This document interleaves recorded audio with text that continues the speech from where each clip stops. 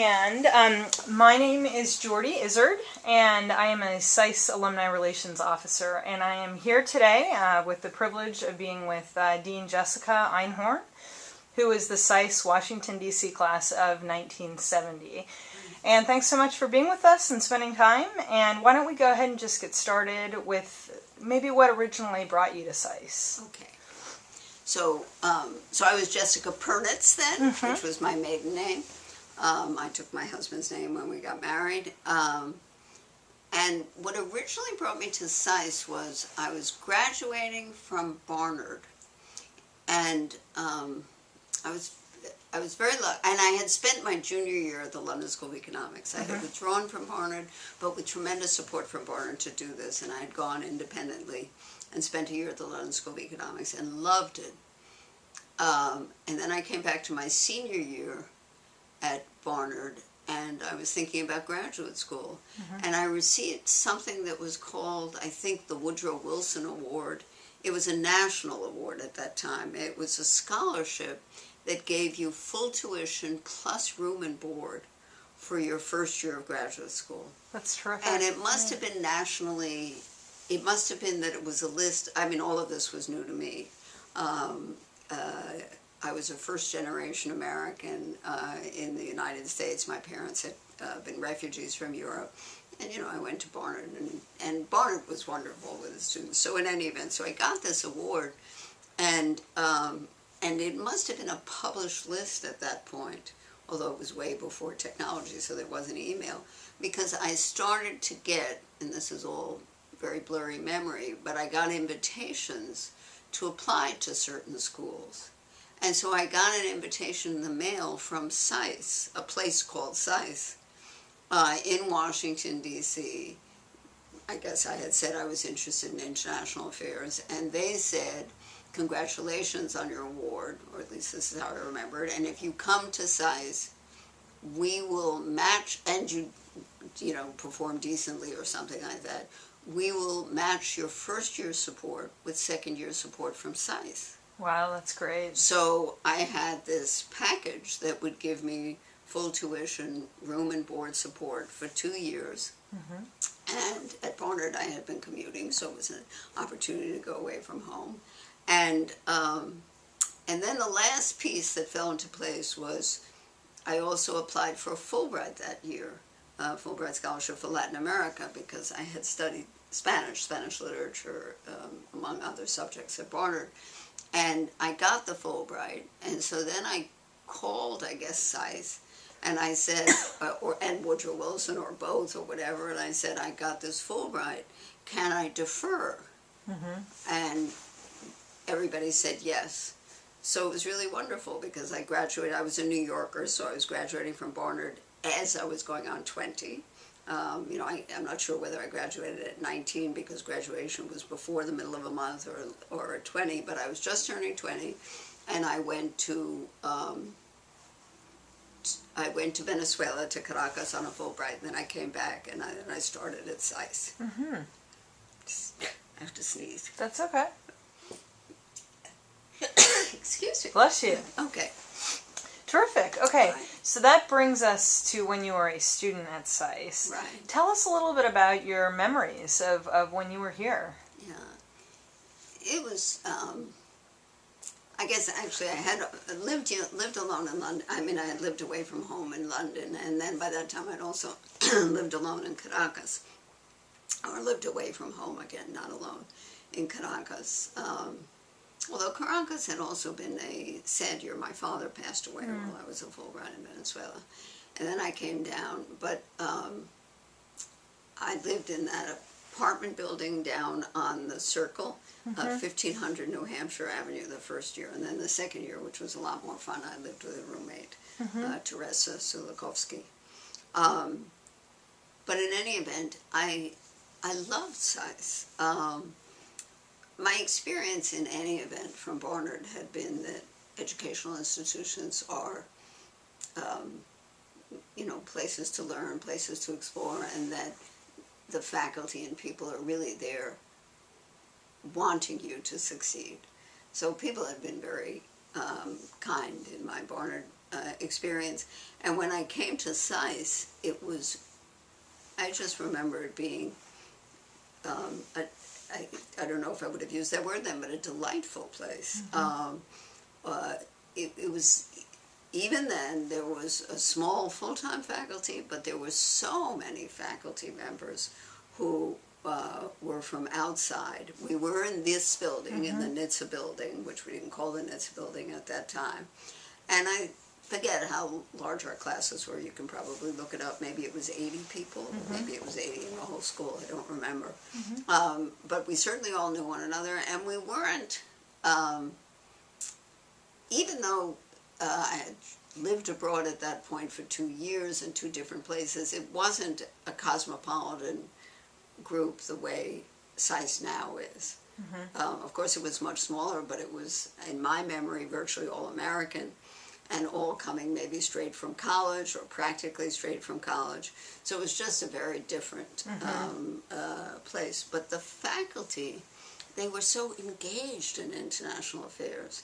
And the readings were interesting. You were reading diplomatic history, you were reading about Latin American politics, you were reading about international theory, international relations theory, and it was really interesting. And I was studying economics with Larry Krauss, who was at the Brookings Institution, and he was just a wonderful teacher. In my second year, I took international macro and micro with him, and he was a very well-regarded economist, and he taught so clearly, and the textbook was very clear, and I was really enjoying it. And I was trying to figure out what I would do next, and I remember that Professor Krauss, I should call him, but I think of him as Larry because I knew him in the years after, said to me, "You know, Jessica, as a woman entering a professional life, you should get the best possible credentials you can have. I think you should go to a real research university and get a PhD." And I only applied to a handful of schools, and I think Hopkins actually, again, you know, it's my memory, so I don't know, but I think Hopkins actually offered me the opportunity to stay here. But I had had my 2 years in Washington and enjoyed it very much, and Princeton accepted me.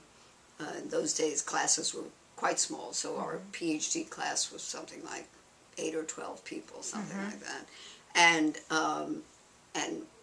at Princeton, every student in the Graduate School of Arts and Sciences was tuition free. Actually, before I came, they had even had support, but by the time they allowed you to precept and stuff, you got it. So in any event, so Larry Krauss taught me international macro and micro, and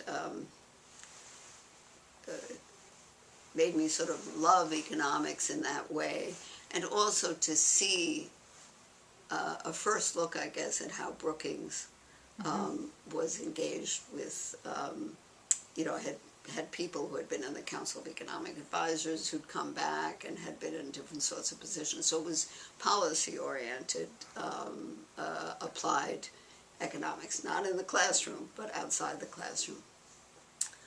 I should probably speak of some others. I think the teacher that I studied most with was a remarkably interesting professor who looked at international relations in what some people would say was more than realist, but almost Niebuhrian, you know, very pessimistic about the aptitudes of people to get along. His name was Edward Stillman, and he died quite young, but he had written a number of books with a fellow who, last I heard, is still alive, living in Paris and writing. His name was William Pfaff, P-F-A-F-F. But Ed Stillman taught courses on sort of America's place in the world, as best I can imagine, not quite American foreign policy. That I had the pleasure of studying, I think, with Robert Tucker. I think I even have hold on, I may have a course list here that I took out for our discussion. So with Stillman, that's of course what it was political ideologies and Theories and Practices of U.S. Foreign Policy. That was my first year. And then my second year, I had a reading course with him, which must have been just terrific books.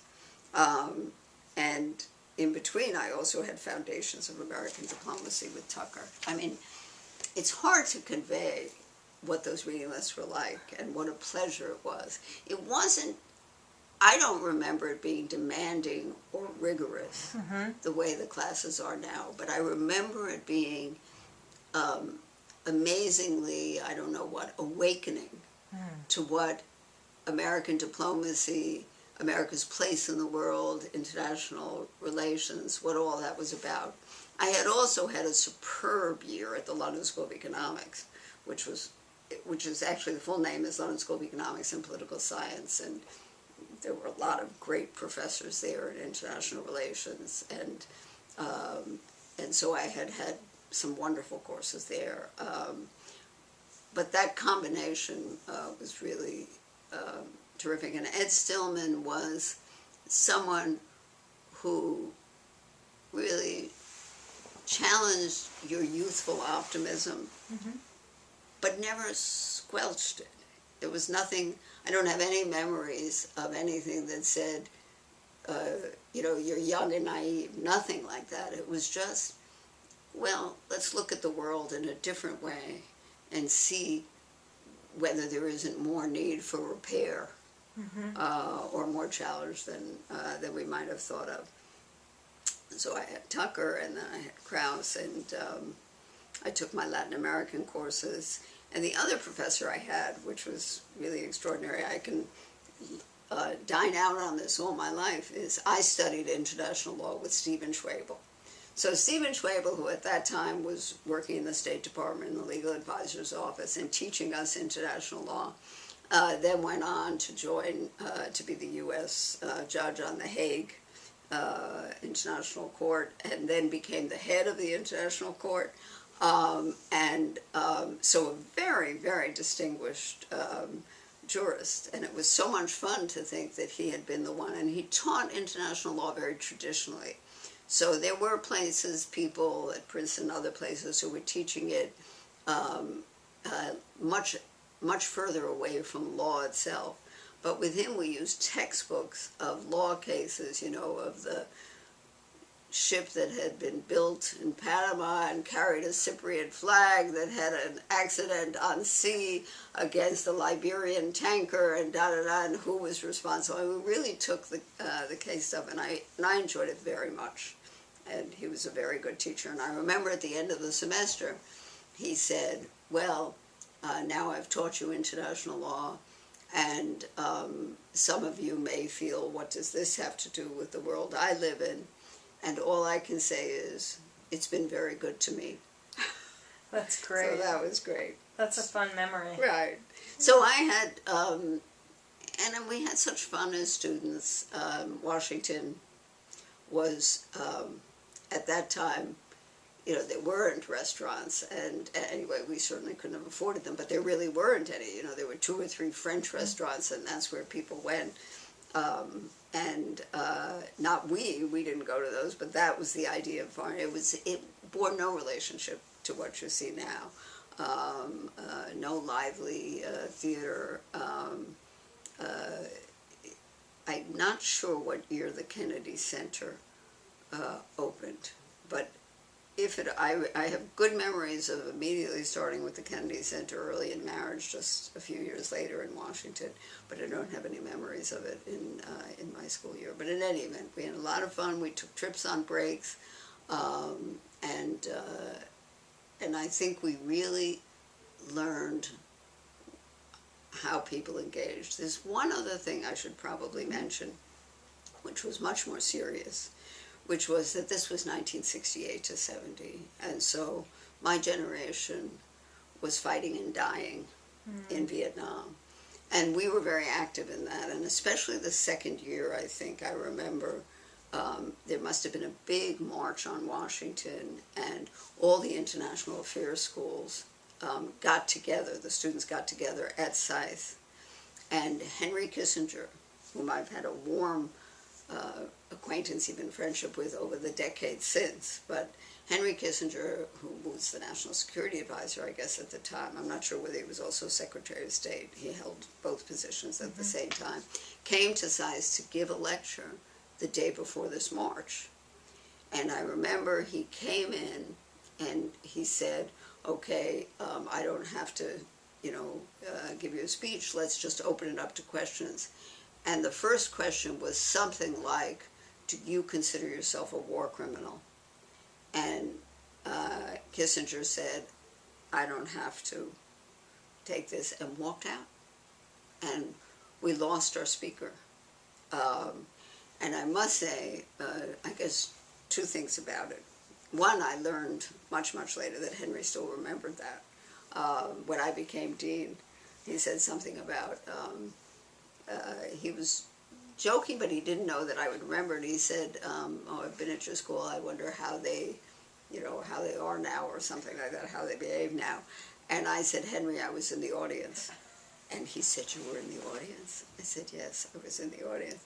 But in any event, we also had a moratorium and a teach-in, and people like Les Gelb, I think, came across from Brookings to teach. And it was serious, although I'm not aware, and maybe it was still before the draft. My husband actually went and dropped out. I met him at Princeton, dropped out of Princeton for basic training, because by that time there was the lottery, and he was he had such a low number and he was fortunate enough to get into a reserve unit, but he went out to do basic training. But I don't remember that any of our students had to leave school for it, but that doesn't mean it wasn't happening. It just means I wasn't aware of it or don't remember it. But anyway. Great. Well, thanks for sharing those memories. And then where I'd like to maybe go next is when you graduated from SAIS. We know you went to Princeton and you received your PhD.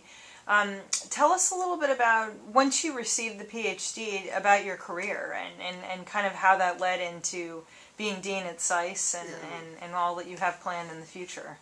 Well, I think people often give advice which is, I think, wise advice and certainly kindly given, that students should get an idea of what they want to do and then, follow that path. I found it was much more, I guess the word would be serendipity. So I went for a PhD because it wasn't going to cost anything, and I loved learning every place I'd been, so why not go to Princeton? And it was wonderful to be there too, and it was the first time I lived on a campus. So that was fine. And then after I finished my comps, which I did quite quickly, I didn't take any credit from SAIS toward it, but I did my comps, I think, after a year and a half. And then I came, and then people recommended, and I knew of Brookings, and people said, apply to Brookings. I think Dick Ullman maybe at Princeton said apply to Brookings for a dissertation fellowship, which is a lovely thing to do. And so I applied to Brookings and got the dissertation fellowship, and Bob was working at the UN, and we got married that summer and moved down to Washington. I think it was 1972 or something. So then I went to Brookings, and this will really make people laugh, but someone also had told me, a professor I knew at Princeton, that you can do your PhD in a year, your thesis. So I thought, well, I'll do that, and I did. Oh my goodness. So basically, That's I great. found a topic which was the bureaucratic politics of American foreign policy. And this would take too long if I spent too much time on it, but Mort Halperin had just written a great book on the bureaucratic politics of the B1, of a weapons system. And so I thought, well, let's try this on foreign economic policy. And so it was the fight between state and treasury on expropriation policy, and that went very well. Basically I did my research for a couple of months, and then I went home to our apartment to write, and then I was into my second draft by the summer, and by the following fall, I think I was ready to go to work. And because I studied state and treasury and thought treasury seemed like an interesting place to work, I applied for a job at Treasury as a civil servant and went there. And Oh, and I left out a wonderful professor. His name was Bill Lures, who taught me Soviet politics.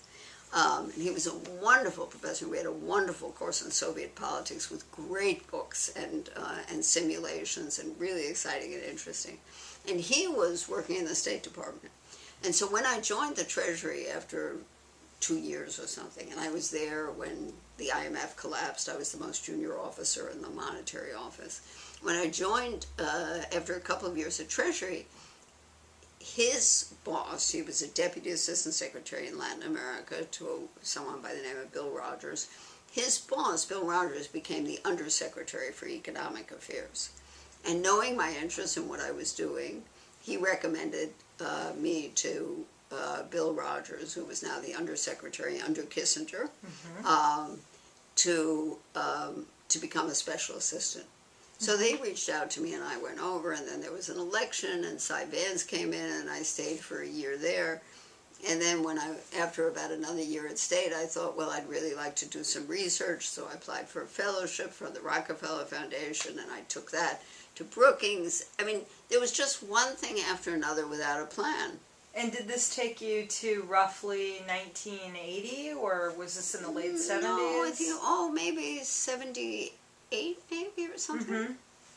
Let's see, 73, 77, 78, I think 78, 79, something like that. And then, and my husband was doing negotiations in Geneva for a couple of months, and I went, I was allowed to take my fellowship support and go to Geneva, and a person who had been the executive assistant in the Undersecretary's office, a wonderful career Foreign Service officer, was in charge of the, I guess you'd call it the consulate in Geneva, and he gave me an office there. It was just sort of following things that were interesting and then going. So then I came back, finished that fellowship, and I decided I wanted to work at the World Bank, and I was able to get a job at the World Bank in the financial policy area. And it really, I won't take you through all of it, but I ended up leaving the World Bank to go in because somebody invited me on a new enterprise in the development area in the U.S. government, and that actually was put to bed as an idea with another election. I think Ronald Reagan came in, and so then I went to the World Bank into the Treasury area. And I had no idea that I would stay the better part of 2 decades. But I started in the Treasury area at a time, and this will be of no interest to most people, but the fixed income markets were really changing because of technology that was allowing trading and a lot of excellent research on yield curves and bonds and all the rest of it. And anyway, the World Bank turned out to be the world's largest borrower on the capital markets, and we were a global borrower, and I just loved what I was doing. And I started as a relatively, I was an officer, officer level, because I finished my PhD and had a couple of years experience, but I was in doing special projects. I did the first currency swap. So we began the derivatives markets there, borrowing Swiss franc, borrowing euro dollars and swapping them into Swiss franc and Deutschmark with IBM. But I just stayed there, and I moved from there to department director for the borrowing program, and then vice president and treasurer, and then managing director, which was the most senior position under the president of the World Bank. I was one of the 5 managing directors.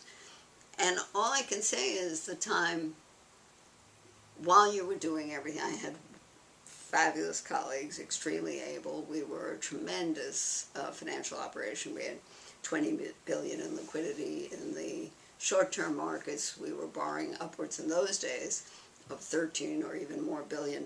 We had a big liability management operation. We created the global bond.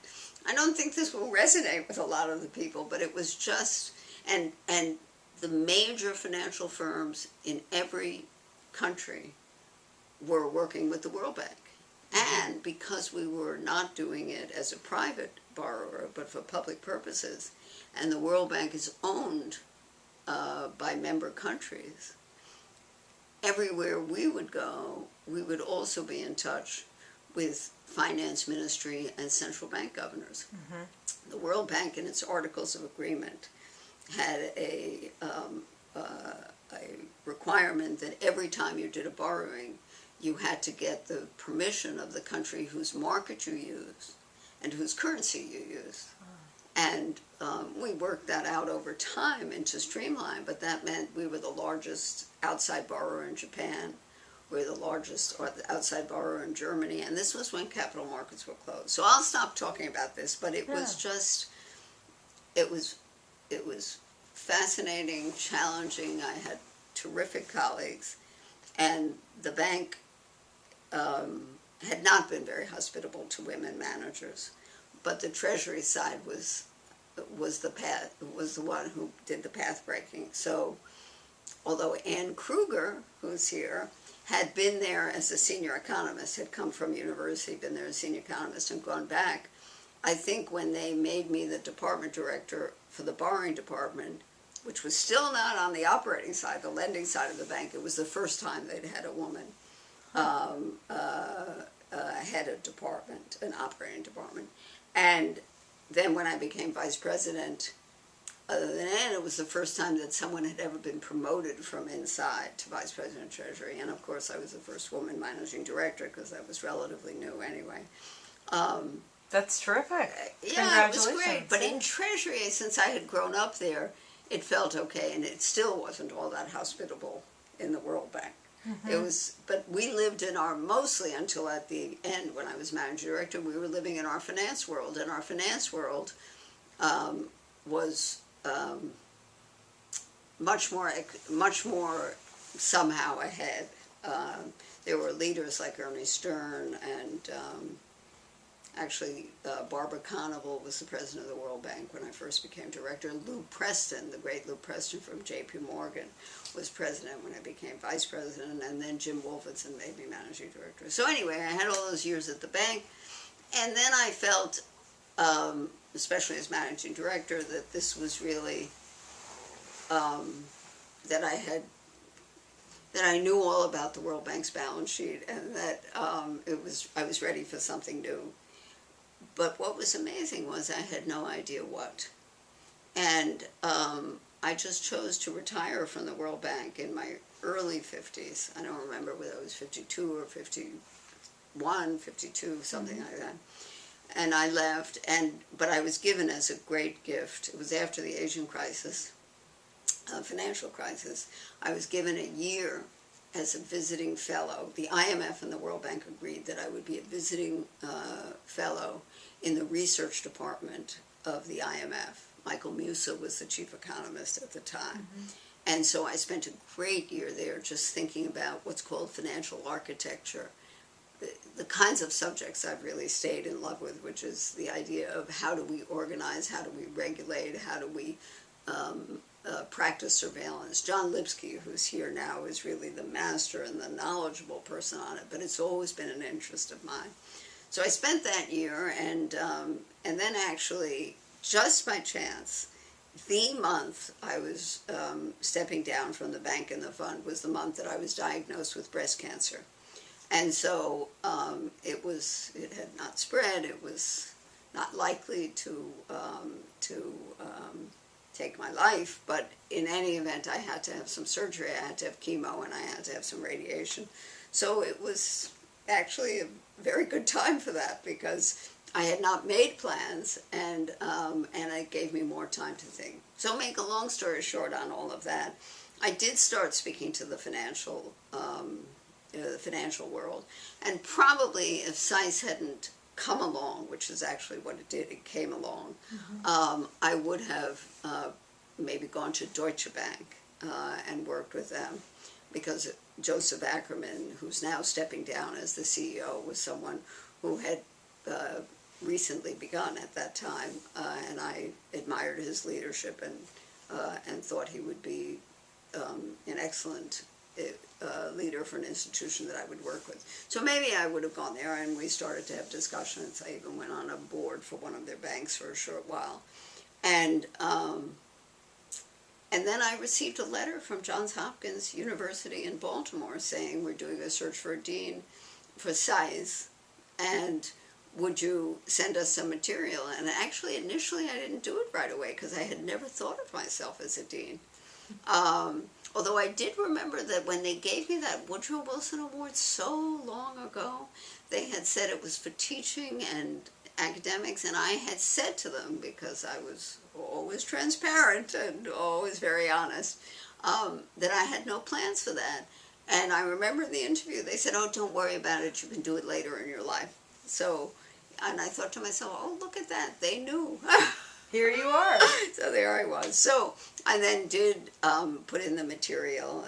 Stephen Knapp was the provost, and a woman, a very nice and able vice provost, Paul Berger, was working. And at that time, the searches were just done by academic committees in the divisions.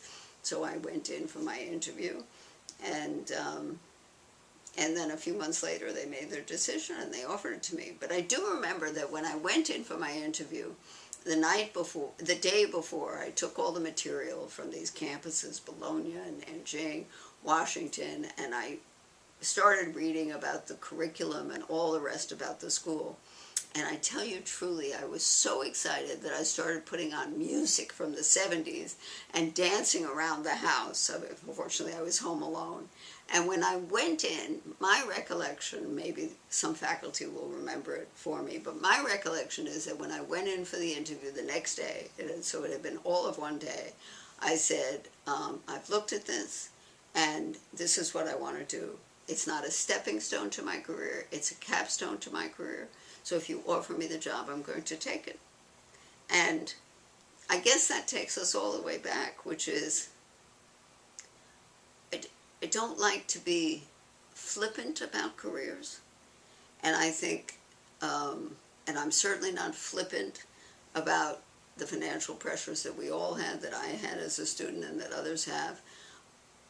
But it is why I tell students, if you're lucky enough to get excited about something, to feel some passion for it, just do it, because you're going to succeed, or your best chances of success are doing something you love. And not everybody is lucky enough to find something they love, and people construct very fine lives without finding that. But if you're lucky enough to have that, and then if you're odd enough to find that the thing you love is fixed income markets, then go for it. There you go.